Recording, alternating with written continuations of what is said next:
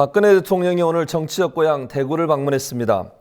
대통령이 방문한 지역은 친박 의원들로부터 배신자로 낙인이 찍혔다는 유승민 의원의 지역구인 대구 동구입니다. 친박계 핵심인 윤상현 의원의 공천 개입성 발언으로 여당 내 계파 갈등이 폭발한 예민한 시기, 박 대통령은 왜 지금 대구를 방문했을까요?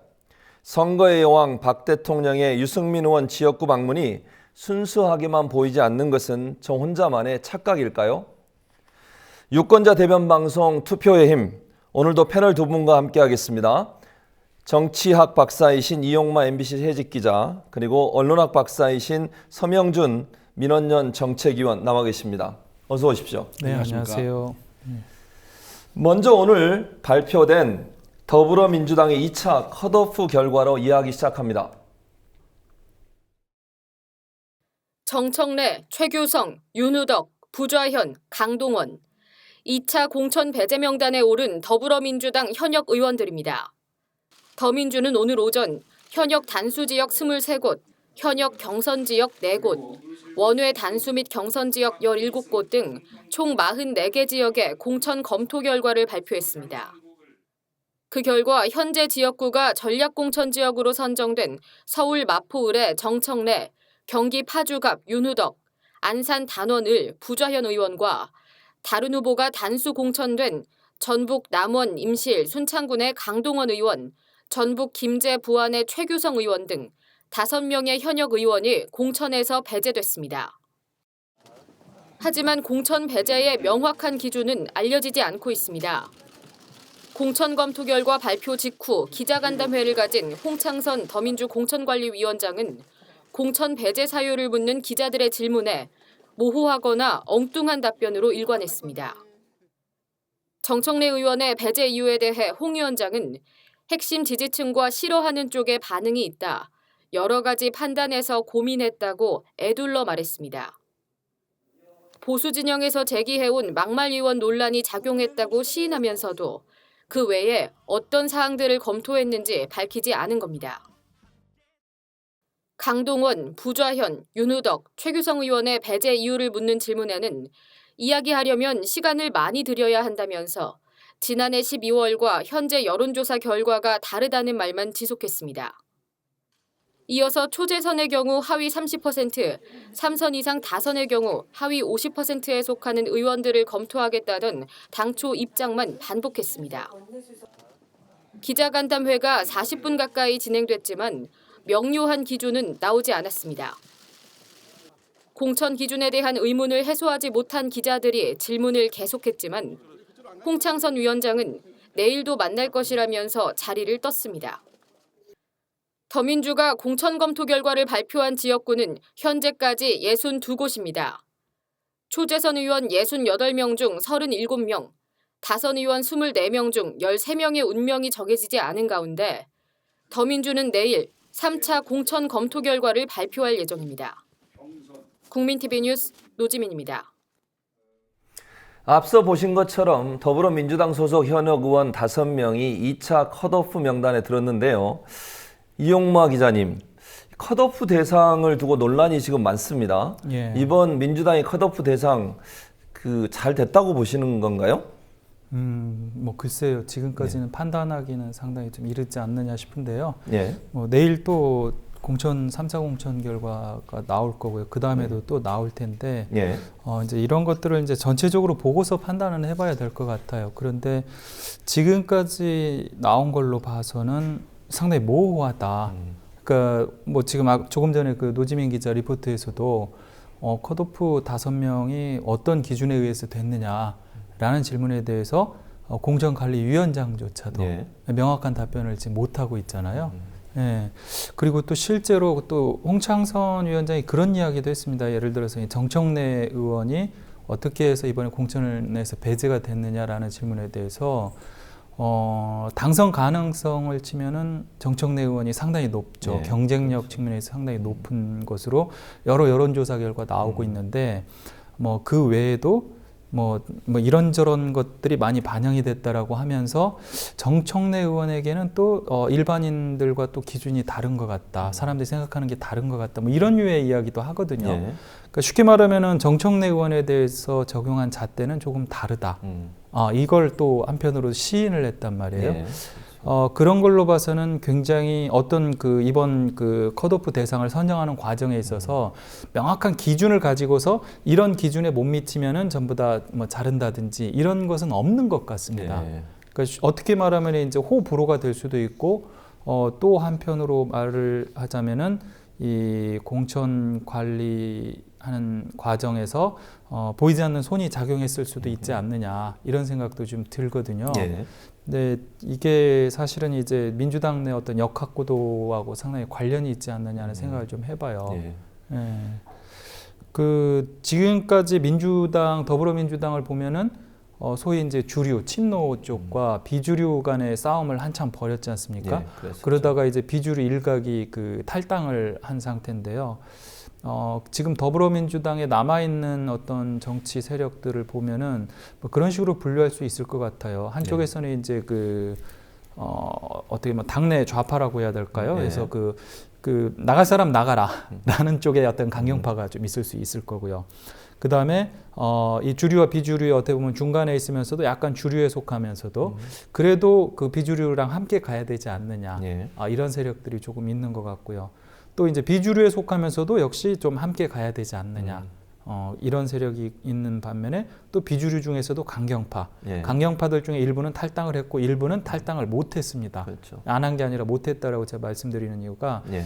탈당한 의원들을 보면은 대부분이 다 호남권 의원들이거든요. 그렇죠. 예. 그러니까 수도권에 있는 의원들 같은 경우에는 이게 탈당했을 때 당선이 되기가 어렵다라는 현실적인 문제가 맞아요. 있기 때문에 그렇죠. 예, 탈당을 감행하기가 어려웠기 때문에 못 나간 세력들이 일부 있는 것 같습니다.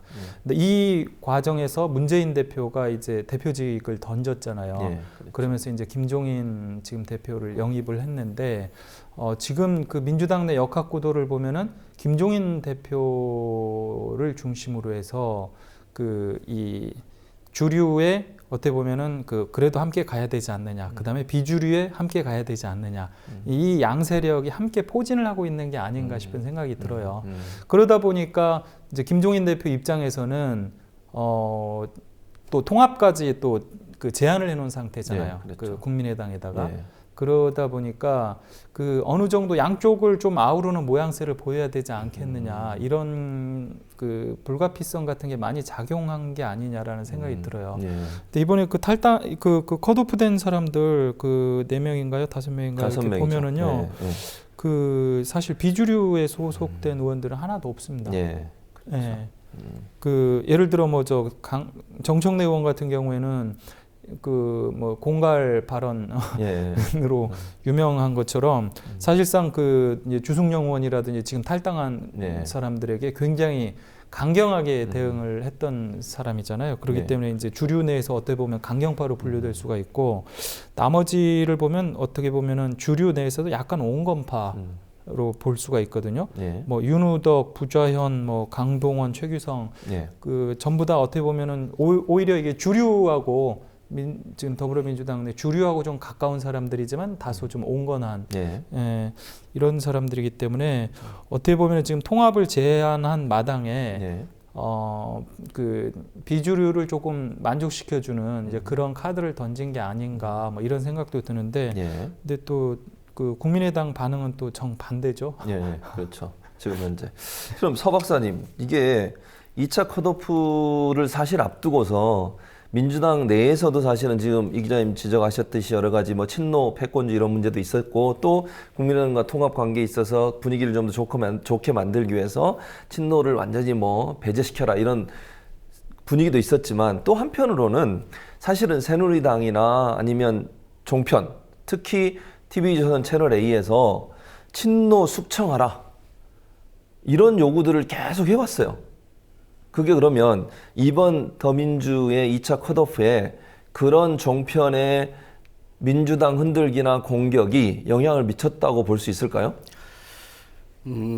우선 지금까지 이 총선 관련된 이제 그런 언론, 특히 이제 종편, 죄송합니다. 종편을 보면은 그 친노 숙청에 대한 주문이 있었느냐 정도가 아니라 완전히 그것이 지금 하나의 프레임을 형성하고 있습니다. 그 친노 운동권 세력에 대한 완전한 어떤 그 집중적인 포화가 이루어지고 있는데, 뭐 간단히 예를 들면은 무슨 뭐 조선일보의 경우에는 더민주 현역 10명을 물갈이 했는데 예. 상습적 막말 의원은 왜 빠졌냐. 이게 이제 오늘 이제 화두가 되고 있는 그렇죠. 정청래 의원이 되겠죠. 실제로 그 내용을 보면은 정작 정청래 의원처럼 진짜 국민의 눈살을 찌푸리게 하는 언행을 일삼거나 운동권 체제를 찌든 인사들은 대부분 빠졌다. 뭐 이런 이제 내용이 들어 있습니다. 이것뿐만 아니라 이제 동아일보의 경우에도 그 김종인발 2차 물갈이 시동, 첫 대상은 호남 운동권 강기정, 이런 내용이 나와 있고요. 이런 신문뿐만 아니라 무엇보다도 이제 그 특히나 요즘 제가 보니까 TV조선의 그 시사 프로그램이죠. 정치 시사 프로그램 시사탱크. 언급 안 할 수가 없는데요. 굉장히 심각합니다. 그 상태가. 그러니까 제목 이런 얘기를 하고 있어요. 숙청 작업을 하지 않으면 숙청 작업을 한다면 친노 명단을 써줄 수 있다. 이런 말을 하고 있고. 그렇죠. 완전히 그 친노에 대한 원색적인 비난. 그리고 비유들도 굉장히 부적절하고요.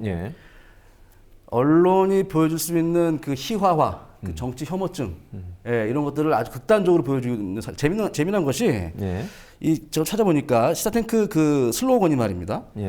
보수와 진보를 아우르며 정파를 초월한 세상을 보고 듣는 눈과 귀, 강인함과 유머를 겸비한 명품 시사 토크라고 하고 있는데요. 굉장히 무색합니다.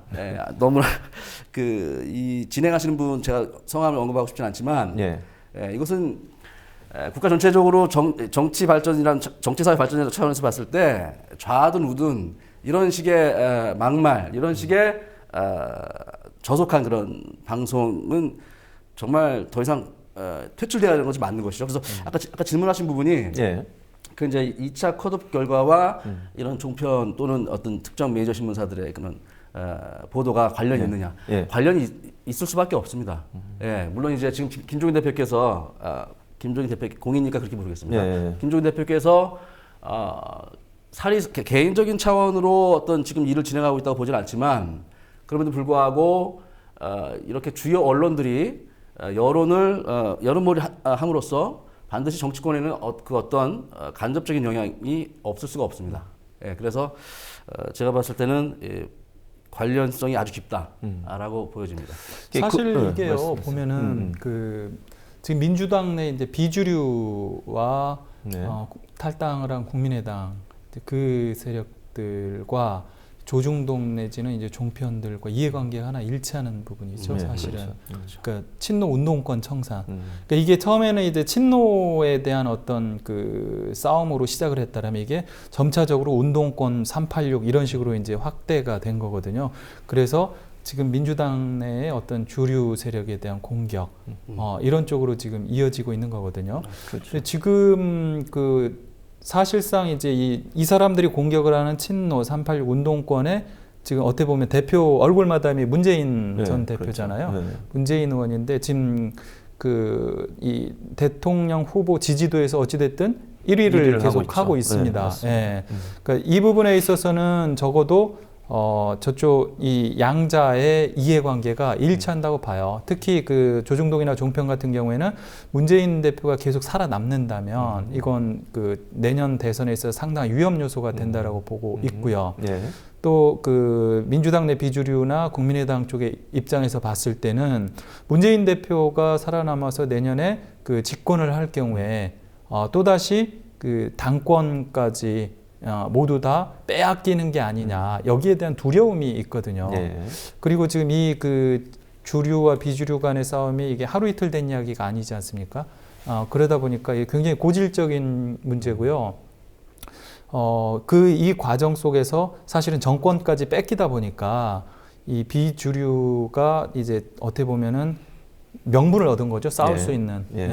그러면서 정권을 2번 연속 뺏겼고 이제 이런 상황에서 비주류가 싸울 수 있는 그 명분을 얻었고 이런 식으로 가다가는 자기들 자리까지 위협할 수 있다. 라는 상황에서 이제 보다 더 적극적으로 지금 싸움에 나선 게 아닌가 그런 생각이 좀 듭니다. 이 5명 중에 특별히 이제 그 정청래 의원 관련해서 지지자들이 지금 민주당사에 모여서 나름대로 필리버스터를 하고 있는 것으로 지금 전해지고 있는데 뭐 이제 단도직입적으로 여쭤보면 정청래 의원을 컷오프하는 게 더불어민주당이 어떤 뭐 이익이 있는지 또 그게 정말 진보 진영에서 그렇게 하는 것이 이번 총선의 지근인데 반드시 필요한 요소인지 여쭤보고 싶고 두 번째는 이런 지지자들이 뭐 민주당사에 가서 이렇게 하는데 이게 과연 정청래 그러면 의원을 다시 컷오프해서 살려낼 수 있을지 어떻게 보십니까?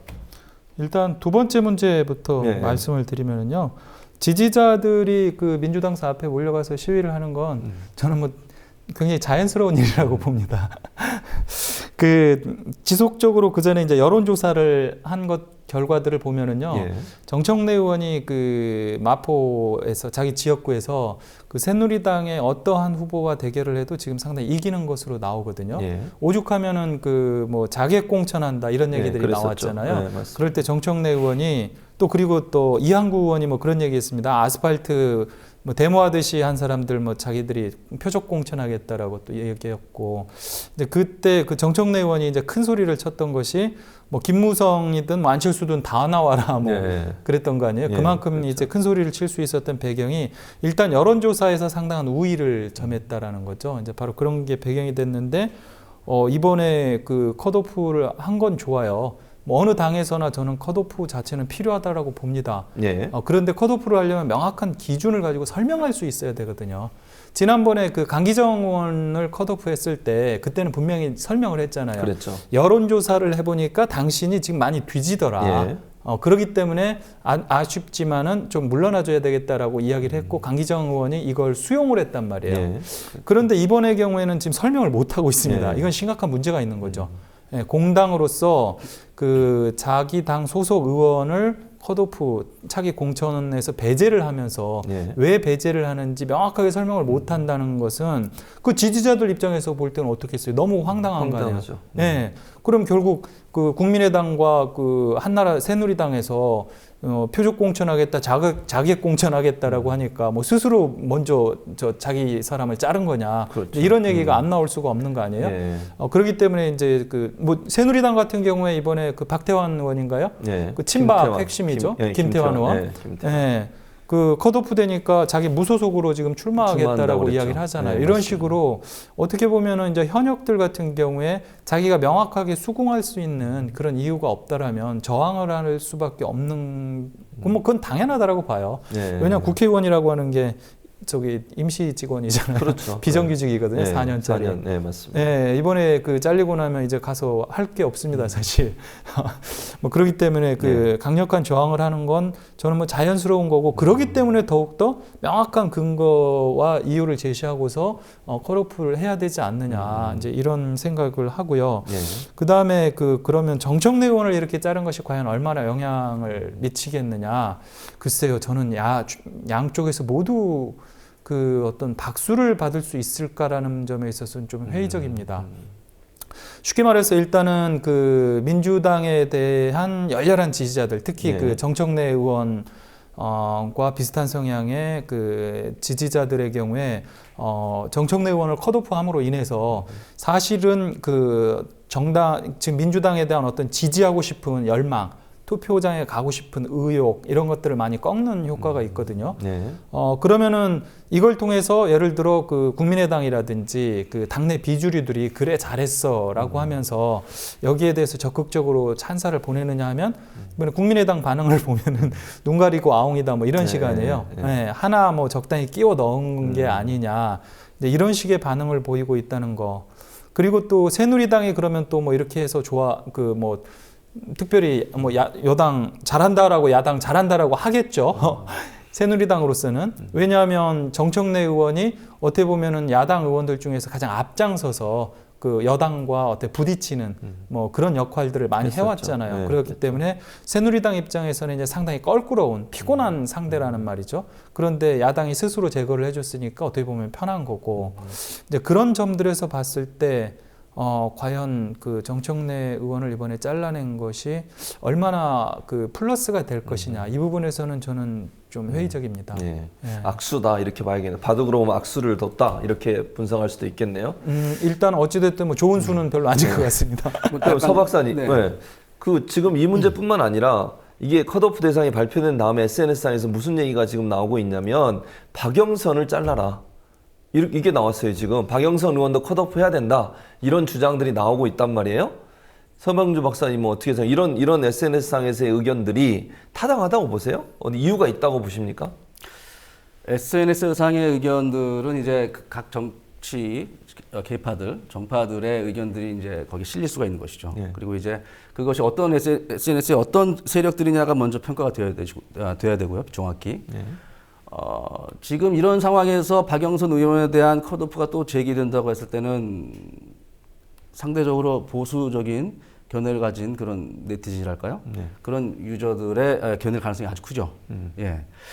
그런데 거기에다 또 한 가지 말씀드리고 싶은 것은 지금 사실 아까 선생님께서 말씀하신 그 부분에 대한 추가 말씀일 수도 있겠는데 재미난 것은 오늘 홍창선 위원장이 이제 컷오프 기준 말하지 않습니까? 네. 근데 이제 그 기준 중에 하나가 막말 논란이에요. 네. 재미난 것은 이 막말은 언론이 하고 있습니다. 네. 언론이 하고 있고 아마도 이 박영선 의원에 대한 그런 뭐 잘라라라는 그런 얘기도 언론들의 그런 막말 논란 속에서 유권자들 내지는 시청자들 또는 유저들이 어떤 경도된 이미 여론이 굉장히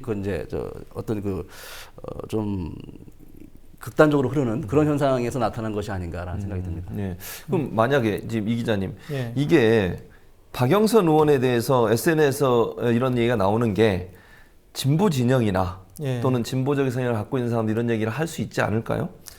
저는 그 측면에서 지금 나왔다라고 봐요. 네. 그러니까 박영선 의원 같은 경우에는 아까 제가 이제 그 민주당 지금 더민주당 내에 어떤 역학 관계, 세력 관계를 말씀을 드렸잖아요. 한 네 가지 정도로 분류를 했는데 박영선 의원 같은 경우는 사실은 이 비주류 중에서 온건파 정도의 위치로 이렇게 분류를 해볼 수 있을 것 같거든요.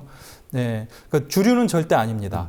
주류는 절대 아니고 사실은 박영선 의원이 지난번에 안철수 의원이 탈당했을 때 자기도 탈당하려고 상당히 고민을 했었거든요. 그 정도로 이제 오히려 주류에 가까운 이제 그런 분인데 최근에 그 필리버스터 중단을 제시를 했고 또 이 한기총에서 주최를 한 기도회 가가지고 조찬 기도회에서 그 소수자들의 인권을 겸해하는 그런 발언들을 했잖아요. 이제 그런 발언들로 인해서 특히 필리버스터에 대한 반대, 그리고 필리버스터를 중단해야 된다라고 하면서 자기가 필리버스터를 하면서 거기에서 완전히 필리버스터를 선거운동화시킨 그런 것들 때문에 이 진보적인 성향의 즉 당내 어떻게 보면 이제 주류에 대한 지지층, 주류에 대한 지지층이 상당히 많이 반감을 갖게 됐거든요. 그래서 이미 그 필리버스터 때부터 그 박영선 의원 이번에 출마 안 하겠다고 선언하라 이런 얘기들이 좀 꽤 돌았었거든요. 그런 상태에서 어떻게 보면 주류의 강경파로 볼 수 있는 정청래 의원을 이번에 컷오프하니까 박영선 의원은 놔두고 무슨 정청래 의원을 컷오프하느냐 이제 이런 반발 심리가 많이 작용해서 그게 지금 표출되고 있는 것 같습니다. 자, 서 박사님 이게 2차 공천 결과를 보면 김종인 비대위원장 대표죠. 비대위원회 대표라고 이렇게 부르는데 그분의 당 장악력이랄까? 공천 장악력이 확고해졌다. 이렇게 우리가 볼 수 있을까요? 그렇게 볼 수 있을 것 같습니다. 이제 한계는 분명히 있지만요. 또 재미난 것은 이제 어제인가요? 동아일보의 김순덕 논설위원의 논설이 있습니다. 그게 이제 김종인 대통령은 어떤가라는 이제 논설이 나왔는데요. 이분들이 이제 나름대로 이제 지식인 분들인데 그분들이 이미 이런 당 장악력에 대해서 어느 정도 간파를 하고 있는 것 같고 그런 차원에서 그런 사설까지 나오지 않았을까. 그래서 저는 충분히 가능성이 그런 좀 경향 쪽으로 가고 있다고 생각합니다. 우리가 앞서도 얘기를 나눴는데 사실은 이게 종편에서 특히 TV조선의 채널 A에서 딱 찍어서 공격을 하잖아요. 예컨대 뭐 정청래 의원 이외에 몇 명이 있는데 뭐 아까 자객공천 말씀도 하셨지만 그런 식으로 했는데 더불어민주당이 그렇게 한 거 이게 좀 우리가 볼 때 이해가 안 될 수도 있잖아요. 왜 새누리당에서 주장하고 그다음에 종편에 주장하는 사람들을 우리가 찍어내야 되냐. 뭐 우리라는 표현이 방송의 중립성을 어길 수도 있겠지만 어쨌든 더불어민주당이 찍어낼 수 있느냐 하는 부분. 그거는 어찌 보면 조금 확대해서 가자면 정편이 강조하고 주장한 것을 더불어민주당이 그대로 받았다 이렇게 볼 수 있는 거잖아요. 그렇죠. 예. 문제 없는 겁니까 그런 거는? 근데 문제는 그 더불어민주당이 항상 그렇게 해왔습니다. 그게 좀 심각한 문제죠, 사실은. 이번 한 번만 그런 게 아니에요. 그 아까 제가 이제 주류와 비주류를 좀 이렇게 나눠서 말씀을 드렸는데 이제 주류 같은 경우에는 어때요? 기존의 한국 사회의 어떤 기득권층에 대해서 도전하는 게 훨씬 셉니다. 그렇죠? 그런데 비해서 이제 비주류 같은 경우에는 그에 비해서 한국 사회의 그 기득권층과 좀 타협적인 이런 자세들을 많이 보여온 게 또 사실이거든요. 그러면서 어느 한 세력이 우위에 있다라고 말하기 지금 굉장히 어려운 구조가 되어버렸어요. 그러니까 예를 들어서 그 노무현 대통령이 이제 후보가 되고 그 다음에 대통령이 되고 이런 시절에만 하더라도 사실상 이제 당내 비주류들이 별로 발언권이 없었거든요. 그런데 그 2007년 대선에서 졌죠. 2012년 대선에서 졌죠. 그러면서 이 비주류의 발언권들이 상당히 높아졌어요. 그러면서 비주류 같은 경우에는 이 우리 사회의 기득권층 그리고 이 일부 민주당 내 어떤 주류로 대표되는 강경 세력들 이런 반발 세력들의 중간에서 어떤 역할을 계속 하려고 하거든요. 그러면서 이 민주당 내 비주류들은 자기들 어떤 지지층보다는 사실은 이 중도층을 잡으려고 한다라고 늘 주장을 해요.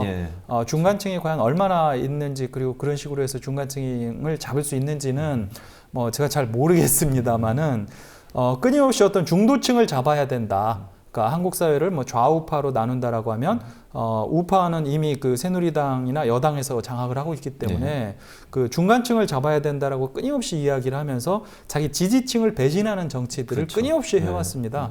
근데 이번 그 컷오프도 저는 비슷한 연장선상이라고 봐요. 그런 점에 있어서 보면은 사실은 그 비주류가 문재인 의원이 대표가 된 이후에 그 끊임없이 당내에서 그 반발을 하지 않았습니까?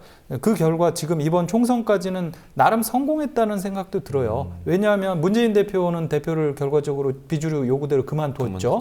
그리고 당내 공천권도 사실은 김종인 지금 대표가 다 장악을 했습니다. 근데 김종인 대표의 어떤 성향이나 이런 것들을 보면은 지금 한국 사회의 어떤 주류에 훨씬 많이 섞여 있었던 분이에요. 뭐 경제민주화의 어떤 상징처럼 이야기가 되고 있지만 김종인 대표가 주장하는 경제민주화라고 하는 것도 사실은 굉장히 그 온건하고 합리적인 보수적인 어떤 그 경제 취지에서의 경제민주화거든요.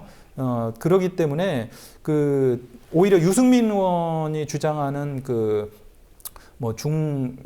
부담 중복지 이런 노선과 다소 유사하다라고도 볼 수 있거든요. 그래서 한나라당 내 온건 노선을 가진 사람들과 오히려 유사한 이런 상황이기 때문에 당내에서 어떻게 보면은 이제 주류라고 해야 될까요? 그리고 좀 더 진보적인 민주주의를 주장하는 세력들 이런 사람들이 지금 굉장히 많이 배제가 돼 있는 거죠. 지금 이제 얘기 나눠봤습니다만 우리 그 더불어민주당은 이렇게 2차 컷오프 때문에 말이 많고 또 여러 가지 충돌도 생기고 이러지만 지금 현역 의원 중에 공천을 받지 못한 사람이 없어서 그런지 비교적 새누리당은 조용한 편입니다. 새누리당도 오늘 2차 공천을 발표했습니다. 국민의당도 어제 일부 지역의 공천 결과를 밝혔습니다. 지금까지 나온 두 당의 공천 결과가 어떤지 장부경 PD가 정리한 내용을 먼저 보고 이야기를 이어가도록 하겠습니다.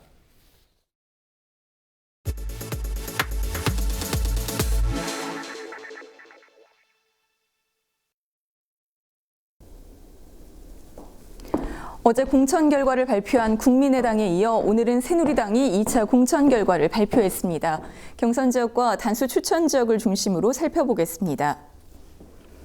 어제 1차 공천 결과를 발표한 국민의당 먼저 보겠습니다. 경선 지역은 모두 12곳입니다. 서울 5곳, 인천 1곳, 경기 2곳, 강원 1곳, 충남 1곳, 충북 2곳에서 총 29명이 경선을 치르게 됩니다.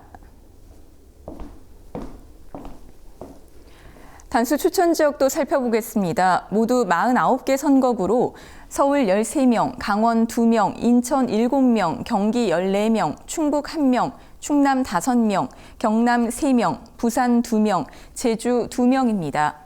서울에서는 강서구 병의 김성호 전 의원, 관악구 갑의 김성식 전 의원, 동작구 을의 장진영 당 대변인, 강동구 을의 강현재 전 대한변협 사무차장 등이 후보로 확정됐습니다. 인천에서는 부평구 갑의 문병호 의원, 계양구 을의 최원식 의원, 연수구 을의 한광원 전 의원 등이 포함됐습니다. 또 경남에서는 양산시 갑 홍순경 전 경남도 의원 등이 정해졌습니다. 1차 공천 발표에 포함되지 않은 호남 지역은 이번 주 안으로 발표될 예정입니다. 한편 현역 의원 중 처음으로 공천에서 배제된 후보가 나왔습니다. 광주 북구 을의 임내현 의원입니다. 임 의원은 과거 기자들과의 식사 자리에서 성희롱 발언을 해 논란을 일으킨 바 있습니다. 새누리당 2차 공천 결과 보겠습니다. 먼저 경선 지역은 서울 6곳, 부산 2곳, 대전 2곳 등 총 31곳입니다. 서울 도봉구 갑은 현 비례대표인 문정림 의원이 이재범 후보와 경선을 치르게 됐고, 경남 진주시 갑에서는 박대출 의원과 최고식 전 의원이 맞붙습니다. 또 경북 경주시에서는 2016 총선 내시 선정한 낙천자 중 한 명인 김석기 후보가 이주형, 정수성 후보와 경선을 치릅니다. 단수 추천 지역을 보겠습니다. 서울 영등포구 갑의 박선규 당협위원장, 부산 동래구 을의 이진복 의원, 부산 북구 강서구 을의 김도읍 의원, 충남 홍성군 예산군의 홍문표 의원, 이렇게 총 4명으로 사실상 공천이 확정됐습니다. 현역 의원 탈락은 없었습니다. 일명 살생부 파문의 중심 인물인 김무성, 윤상현, 정두원, 김용태 의원의 공천 결과 발표는 아직 확정되지 않았습니다. 새누리당이 이 논란의 종지부를 어떻게 찍을지도 지켜봐야겠습니다. 투표의 힘, 장부경입니다. 오늘 발표된 내용들 쭉 봤는데요. 예. 새누리당 공천 결과 우리 이용마 기자님 어떻게 분석하십니까? 그 새누리당 공천은 오늘은 뭐 별 특이사항이 없는 것 같아요. 지난번에는 뭐 김태환 의원 3선의 친박 의원이죠. 그랬죠. 컷오프를 해가지고 이게 그 논계 작전이 아니냐. 친박 1명 잘라내고 뭐 비박 여러 명 잘라내는 그런 논란도 나오고 했었는데 그 글쎄요. 그 어제 그제였나 윤상현 의원의 그 막말 그것 때문인지 이번에는 오늘 발표에서는 지금 아직 탈락시킨 현역 의원은 하나도 없거든요. 다만 이제 재미있는 게 김무성 의원이나 지금 그 우리 장부경 PD 리포트에 나오는 것처럼 윤상현, 정두원, 김용태 이 4사람의 어떤 공천 결과가 아직 안 나왔고요. 그렇죠. 그 다음에 또 유승민 의원. 오늘 그 박근혜 대통령이 대구를 갔잖아요. 아까 모두 발언에서 말씀을 하셨는데 이 대구에서의 공천 결과 이게 또 지금 주목되는 부분이 사실은 거기에 있거든요. 그렇죠. 모든 그 태풍의 눈이 지금 그쪽에 있지 않느냐. 그리고 방금 얘기한 김무성, 윤상현, 정두원, 김용태 이런 사람들인데 아직 여기에 대해서 전혀 얘기가 나오지 않았거든요. 다만 이제 지금까지 그 공천 과정을 쭉 진행된 것을 보면은 김무성 대표가 이제 그 보통 무대라는 별명을 많이 가지고 있었는데 실권을 완전히 잃어버린 게 아닌가 그런 생각을 좀 하게 됩니다. 지금 이항구 공천관리위원장이죠. 거의 전권을 지금 다 행사하고 있는 걸로 보여요. 이게 이제 화면에 우리 뒤쪽에 좀 비춰주시면 좋을 것 같은데 이한구 공천위원장한테 황진아 사무총장 비박으로 그렇죠. 분류가 되시는 분인데 이분이 이제 공천위원장한테 문자를 보내는 장면이 지금 사진에 찍혔어요. 그 지금 뒷면에 저희 지금 화면 뒷면에 나오는데 여기 보면 대표께서 어제 결정된 대로 발표해 달라십니다. 발표를 늦추는 이유가 양해하기 어렵다는 말씀입니다. 연락 주세요.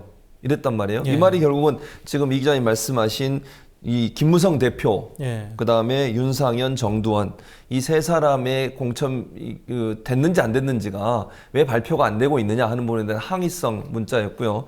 그리고 나서 이게 안 받아들여지니까 오늘 발표에 보면 더 이상 회의에 참석하지 않겠다고 지금 발표를 했어요. 황진환 사무총장이. 그러면 이게 친박과 비박 간의 충돌이라고 볼 수도 있을 거고, 어쨌든 윤상현 의원의 발언 때문에 막말이라고 얘기할 수 있고, 어찌 보면 선거 개입이라고도 얘기할 수 있는 그런 발언 때문에 친박과 비박 간의 전쟁이 시작됐다. 이렇게 분석할 수 있을까요? 이거 본격적인 이제 전쟁에 돌입했다고 저는 봅니다. 예. 예, 이 공천이라는 문제 때문에 사실은 그동안 싸워왔잖아요. 예, 그런데 이제 지금 공천이 사실상 진행이 되고 있거든요. 예. 이 상태에서 누구를 수용을 하고 공천을 하고 누구를 탈락시킬 것이냐. 이제 이거 하나로 모든 게 갈라지는 상황이란 말이에요. 그렇죠. 그런 상황에서 지금 윤상현 의원의 막말이 터졌거든요. 예. 그런데 또 이것에 대해서는 이한구 위원장이 적당히 무시를 하면서 예. 김무성 대표 공천 문제에 대해서는 또 아직 찌라시 문제, 예. 이게 해결이 안 됐다라고 하면서 김무성 대표를 공천할 건지 말 건지조차도 아직 발표를 안 하고 있습니다. 예. 김무성 대표는 지금 제가 보도에서 보기로는 예. 빨리 발표해서 경선하게 해달라. 그렇죠. 예. 니네가 지금 나한테 경선하라고 하는 거 아니냐. 나 경선하겠다. 빨리 예. 발표해라. 뭐 이런 그렇죠. 입장을 밝힌 것으로 읽었는데 예. 언론 보도에서. 그런데 지금 그것조차도 발표를 안 해주고 있거든요. 사실은 김무성 대표가 지난 2012년도에 공천에서 배제가 됐었습니다. 그때 박근혜 비대위원장 시절이었는데요. 그때도 이미 한번 배제가 된 적이 있었거든요. 그래서 이번에도 사실 뭐 그렇게 낙관하기만은 쉽지가 않다 이런 생각을 좀 하고 있거든요. 이게 이제 방금 지적하신 부분과 연관돼서 서 박사님 뭐가 문제가 되냐면 오늘 언론 보도에 보면 이한구 공천위원장이 원래 2시에 회의가 있는데 늦었어요. 57분에 오셨거든요. 그런데 회의 전에 어디를 가셨냐면 모 호텔에서 현기환 정무수석을 만났어요. 이 민감한 시기에 왜 두 분이 만나서, 공천위원장이잖아요, 이분은. 그리고 어쨌든 청와대에서 대통령에서 일하는 정무수석과 만나서 이런 얘기를 나누는 것이 서 박사님 보시기에 정상적인 행동일까? 아니면 이 만남이 어찌 보면 공천에 개입하려는 청와대가 그런 의도를 보여준 게 아니나, 이런 의혹이 생길 수 있거든요. 어떻게 보세요? 당연히 의혹이 생길 수가 있죠. 예. 뿐만 아니라 지금 이 민감한 시기, 지금 완전히 지금 모든 언론과 모든 국민의 관심사가 이 컷오프와 지금 향후 총선의 이 방향에 대해서 지금 집중되어 있는 이 시기에 청와대 인사와 접촉을 한다는 것은 상당히 이해할 수가 없는 예. 행동입니다. 예. 당연히 이제 문제가 될 소지가 아주 많죠. 예. 예. 그리고 오늘 이한구 위원장이 자기 현기환 수석 안 만났다고 부인을 했잖아요. 예. 지금 정확한 건 확인은 안 되지만 일단은 채널 A였나요? 네. 취재 기자들이 보도됐죠. 호텔에 취재를 하러 갔다가 네. 호텔 사람들한테 막혔거든요. 네, 맞았어요. 그렇습니다. 예, 그래서 이제 가서 현장에 있는 장면을 찍지는 못했습니다. 예, 그렇습니다. 어찌 됐든지 간에 두 사람이 만났다는 지금 의혹이 강력하게 제기가 된 상태고요. 예. 그다음에 오늘 또 공교롭게도 박근혜 대통령이 대구를 갔단 말이에요. 예, 그렇죠. 이런 그리고 또 그 전에 김무성 대표는 뭐 전략 공천 이런 거 없다. 전체 뭐 경선으로 한다. 예. 또 뭐 경선을 할 때도 왜 당원 비율을 30%로 하고 예. 뭐 일반인 여론조사 70% 예, 뭐 이런 식으로 그렇게 하겠다라고 했는데 예. 이한구 공천관리위원장이 들어와서 그걸 전부 다 무시를 하고 있거든요. 예. 네, 뭐 경선을 하더라도 전체 다 여론조사로 하겠다. 그렇죠. 이게 사실은 이제 기존의 친박들이 주장을 했던 것들이잖아요. 그다음에 무슨 전략 공천이 없느냐, 전략 공천 해야 된다. 예. 그랬는데 전략 공천은 이미 이루어졌고요. 예. 지난 1차 이 공천 결과에서 나타났습니다. 그렇죠. 김무성 대표가 별수 없이 다 사인을 했었죠. 1차 결과에 대해서. 맞습니다. 네, 이런 식으로 해서 사실상 친박의 주장이 일방적으로 그냥 통과가 되고 있는 상황이거든요.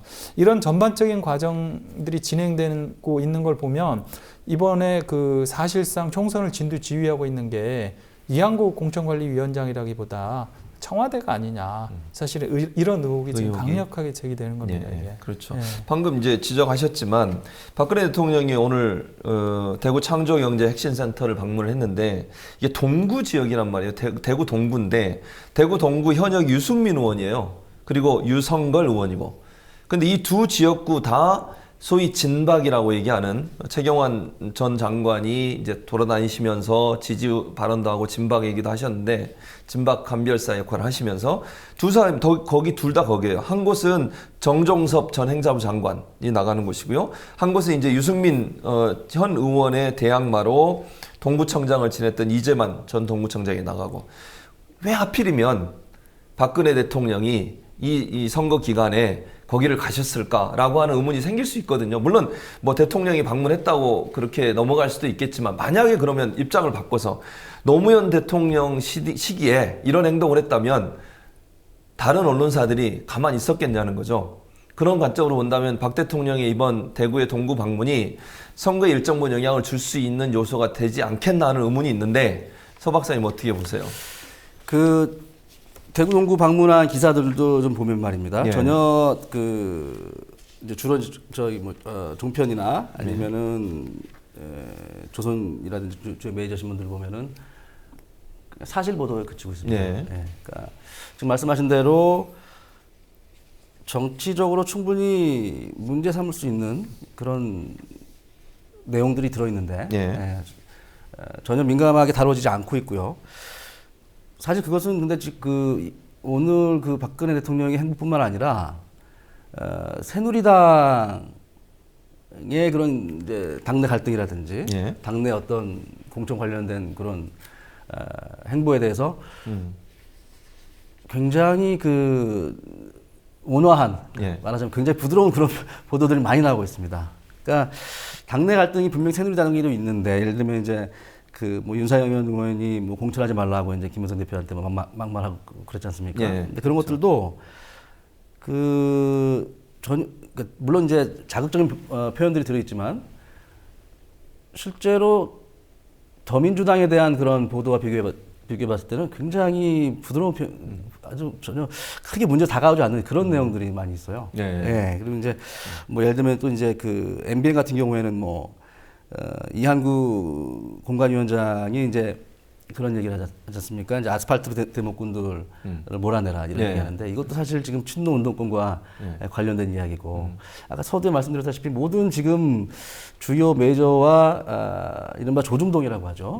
조중동과 그다음에 종편 채널들은 친노 운동권에 대한 실체가 과연 무엇이냐 아직까지도 논란이 있는데 거기에 모든 지금 화력을 집중하고 있는 것 같습니다. 이 기자님, 그러면 박 대통령의 이번 대구 방문이 새누리당의 진박 공천, 소위 친박 또는 진박이라고 얘기하는 공천에 영향을 줄 수 있다고 보세요? 아, 당연하죠. 대구 특히 박정희 전 대통령이 태어났던 지역 있잖아요. 그런 지역에서는 거의 반신 반인으로 박정희 전 대통령을 이제 생각을 하는 그런 분위기가 있기 때문에요. 그런 상태에서 이제 박근혜 대통령이 지역을 방문했다. 이건 굉장히 큰 화제입니다, 이게. 그렇기 때문에 저는 상당히 영향을 미칠 수 있다라고 보고요. 특히 이게 보수적인 대구 자체가 굉장히 보수적이잖아요. 근데 그 중에서도 또 이제 박정희 전 대통령에 대한 향수를 강하게 느끼는 나이 드신 분들이라든지 굉장히 보수적인 성향의 분들 이런 분들에게는 상당히 영향을 미칠 수 있다고 봅니다. 그리고 사실은 그걸 알고 있기 때문에 간 거죠. 저는 계산해 놓고 갔다고 봐요. 그렇죠. 왜냐하면 왜 우리가 그런 이야기 하잖아요. 특히 남자들 같은 경우 이제 군대 가고 나면 병장 시절에 떨어지는 낙엽도 조심한다라고 하는데 그 정도로 이렇게 사실은 대통령이 가는 행사인데 더군다나 총선을 한 달밖에 안 남겨놓고 더군다나 공천 심사가 지금 진행되는 과정인데 그걸 모르겠어요. 당연히 알고 있기 때문에 오히려 제대로 중립적인 관리를 하겠다라는 생각을 가진다라면은 피해야죠. 그렇죠. 그런데 일부러 가는 거죠, 이것은. 호남 지역 왜 발표 안 합니까? 호남 지역은 일단은 여야가 아니라요. 지금 국민의당하고 더민주당 가장 이제 양당이 통합을 안 할 경우에 지금처럼 계속 갈 경우에 양당의 혈투가 벌어질 장소가 사실은 호남이잖아요. 그렇죠. 그렇기 때문에 어떻게 보면은 호남 공천을 가지고서 서로 좀 이렇게 눈치 본다라고 할까요? 약간 예. 그런 측면도 좀 있는 것 같아요. 예. 예, 그리고 또 실제로 통합이 될 수도 있고요. 그럴 수 있죠. 예, 일부 그 국민의당 소속 의원들이 넘어올 수도 있고 물론이죠. 예, 그런 가능성이 있기 때문에 일단 더민주당은 이제 최대한 그 늦출 것 같아요. 예. 공천을. 예.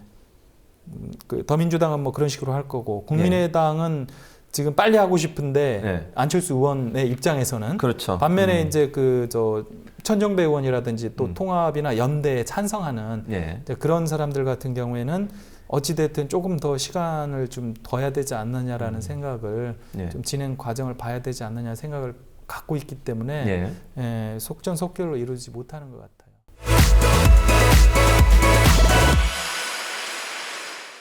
근데 이 호남 지역에서 유일하게 여당 의원이 한 분 있는데요. 그분이 바로 이제 친박인 순천의 이정현 의원입니다. 이제 지금 전남 순천에 김종훈 기자 나가 있습니다. 김 기자, 순천의 분위기 어떻습니까? 현재까지 예비 후보로 등록한 더불어민주당 후보만 5명입니다. 비례대표 김광진 의원을 비롯해서 재선 경력의 서가번 전 의원, 순천시장을 2번 지낸 노관규 전 시장 등이 경쟁 중에 있습니다. 국민의당 역시 4명의 후보가 내부 경선 중에 있습니다. 민중연합당과 원외 민주당 예비 후보까지 더할 경우엔 순천에서만 현역 이정현 의원을 포함해 12명의 후보자가 이번 선거에 도전합니다. 일단 지금까지 여론조사는 이정현 후보가 상당히 앞서고 있습니다. 하지만 여론조사 무응답이 3분의 1가량이 될 만큼 순천 시민들의 속내도 상당히 복잡한 상황인데요. 직접 들어보시겠습니다. 근데 순천은 지금 다 박빙이에요. 박빙? 그러니까요. 그래서 민심이 막 저희가 여러분한테 물었던데 헷갈려. 어느 누가 쏠리질 않고 노광규 후보님도 잘하셨고 제 옛날에 서가버님 국회의원 참 잘하셨거든요. 그분도 잘했지. 이정현 씨는 이제 막 열심히 해보려고 노력을 하시고 다 좋은 후보들이 많아요. 순천이 굉장히 실력가들. 그분도 참 열심히 하려고 노력하시고 젊고 소신 있고 잘하죠. 다. 잘해요. 다음 주 막강해요. 저는 그냥. 우리 어머니는요? 마음속에 누구요? 저는 그러니까 잘하려고 하니까 지금은 아직 누구를 해야 되지 좀 그랬죠. 야당이 후보자를 확정한다고 해도 더민주와 국민의당 이렇게 두 당이 나오잖아요. 그러면 야권표가 분열돼 이정현 의원의 재선 가능성이 높아질 텐데 어떻게 보십니까? 네, 실제 여론조사에서도 그런 흐름이 확인됩니다. 이정현 의원에 맞서 야권표가 분열되면 어떤 후보가 나와도 여당의 재집권에 유리한 상황입니다. 결국 야권이 순천을 탈환하기 위해서는 어떤 형태로든 야권 통합이나 연대가 이루어져야 하는 상황인데 문제는 국민의당 안철수 대표가 이미 여러 차례 더불어민주당과의 통합 거부 메시지를 분명히 했다는 점입니다. 연대에 대해서도 없다는 불가 입장을 공식적으로 계속해서 이야기했습니다. 그러나 안 대표의 말과는 달리 지역에서 자발적으로 일어나는 더불어민주당과 국민의당 사이에 후보자 간 연대 가능성을 배제하기는 어려울 듯 보입니다. 더불어민주당 김광진 비례대표 의원의 발언 직접 들어보시겠습니다. 안철수 대표는 좀 강하게 부정하고 있습니다만 다른 분들은 대부분 호남에서는 경쟁하고 수도권에서는 연대하자라고 하는 것 정도는 동의하고 있는 거지 않습니까? 근데 이제 순천은 일반적인 호남이라고 볼 수는 없는 거죠. 비교하자면 수도권과 동일한 위치 정도로 봐야 되는 것이 맞을 것 같고 새누리당이라고 하는 현역 의원이 있기 때문에 그러한 정도를 생각해 보자면 국민의당에서도 어느 정도 시기에는 후보별 연대의 선까지는 막지 못할 거다. 근데 다만 당대당 연대를 하게 되면 후보들의 동의 없이 이 지역은 너희가 먹고 이 지역은 너희가 가고라고 하는 걸로 정해지잖아요. 그럼 반발할 수밖에 없거든요. 조금 다른 질문인데요. 순천 지역에서 학생들이 투표를 독려하는 퍼포먼스를 했다고요?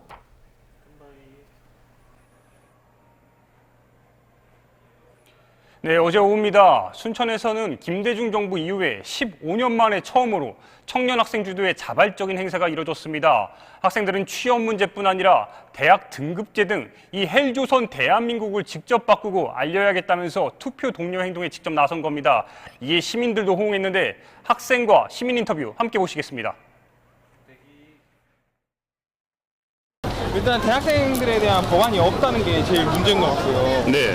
그래서 보면 대학 구조평가 같은 경우에 그 부분이 저는 제일 신경 쓰였거든요. 대학 구조평가. 대학을 등급을 나눠가지고 뭐 어디는 좋은 대학교가 되고 어디는 나쁜 대학교가 되고 그런 부분이 좀 문제라고 생각합니다. 네. 사실은 얘는 여기 학생들보다는 5, 6년 선배들이 먼저 했으면 현 실업난도 좀 줄어들지 않았을까. 그러니까 이제 애들이 하면은 얘 후배들이 또 좀 더 좋겠죠. 몇 년 전에 할 때도 지난번 선거 때는 그래도 SNS에서 많이 이렇게 됐지 이렇게 행동을 하진 않았었거든요. SNS로 많이 독려를 했었는데 이제 학생들이 이제 실천하는 거겠죠. 지금까지 투표임 김종훈입니다.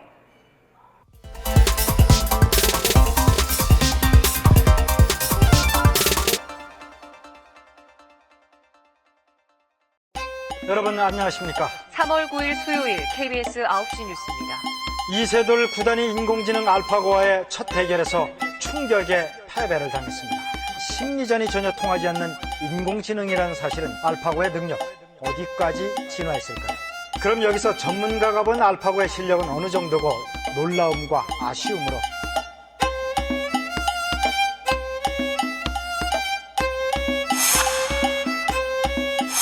핵 위협 수위를 한 단계 더 끌어올렸습니다. 내폭형 핵폭탄이 무엇이고 다목적 포석이라는 분석이 나오고 있습니다. 우리 군은 어떤 준비를 하고 있는지 북한 선박의 입항 금지에 나섰다고 북한으로 돌아가고 있는 것으로 최고 반역죄를 적용해 처벌하고 있는 것으로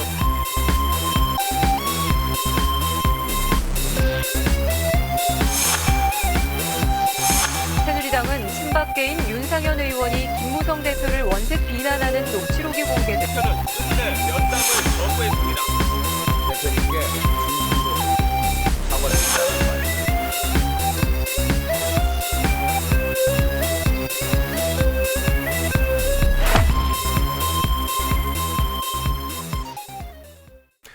(4.13) 총선이 40여일밖에 남지 않은 오늘 박근혜 대통령은 대구를 방문했습니다. 선거를 염두에 둔 행보라는 평가가 나오는데요. 이와 달리 공영방송 KBS는 총선에 별 관심이 없어 보입니다. 앞서 보신 영상들을 우리가 보면서 제대로 된 투표와 제대로 된 선거가 필요하다는 생각이 듭니다. 인공지능 알파고 관련 기사로 현재 도배가 돼 있는데 새누리당 계파 갈등 등 정치권 소식이 뉴스에서 사라진 지 오래입니다. 이제 우리는 선거가 얼마 남지 않은 상황에서 언론이 제대로 보도를 하고 있는지에 대해서 깊이 관심을 가지고 관찰을 해야 될 때라고 생각이 됩니다. 총선에 우리가 할 수 있는 일은 관심 가지고 감시하지 않으면 분명 이번 총선도 보수 정권이 원하는 대로 흘러갈 수 있다라고 하는 부정적인 전망이 강하기 때문입니다. 현재 KBS 보도팀 내부에 20대 총선이 아닌 JTBC를 겨냥한 특별 취재팀이 꾸려지고 있다는 소식도 들리고 있습니다. 오늘 KBS가 어떤 뉴스를 전할지 지켜봐야겠습니다. 투표의 힘, 다음 주 월요일에 뵙겠습니다.